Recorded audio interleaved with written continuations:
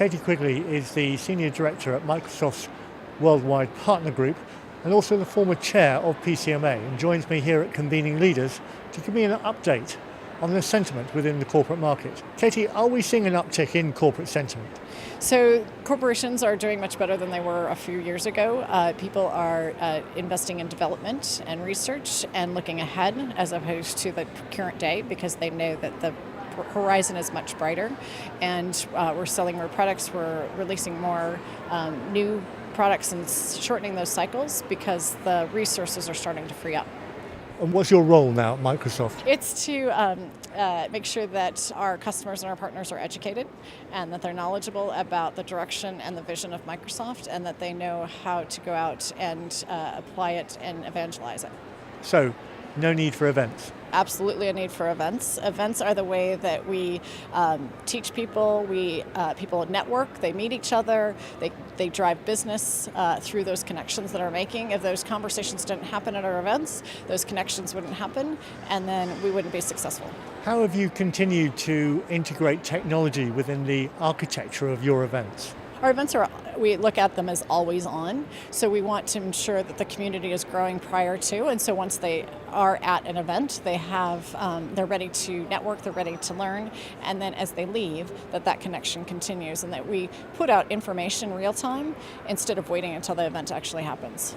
So all your events now are effectively hybrid? I don't think there are any events that aren't. Maybe still at the CEO level when it's not as much, the adoption of having that digital online community isn't as great, but everything else is.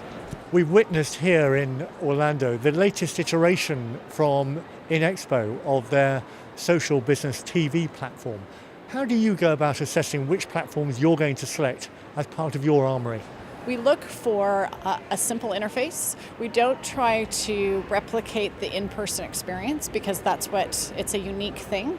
And what we want to do is have something that's simple, easy for people to navigate, to search and find content and find people. And then presumably what you want to see coming out of the back end is data and CRM.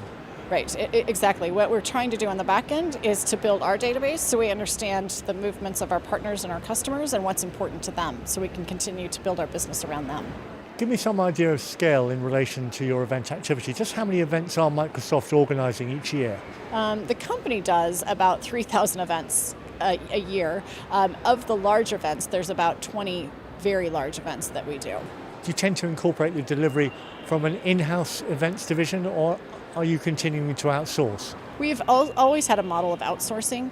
We do have a combination of in-house staff that builds the strategy, the business objectives, and really drive the vision forward. And then we have quite a few very solid, amazing partners that help us deliver on that strategy.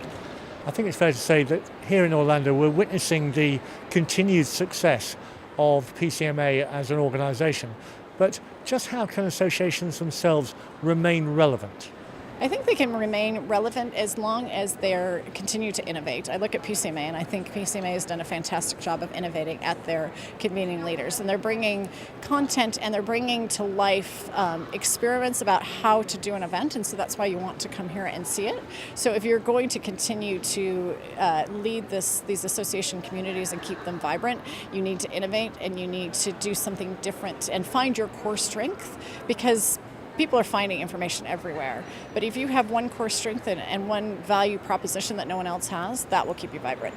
You don't feel that associations perhaps are just too bureaucratic to be reactive in what is such a fast-moving society?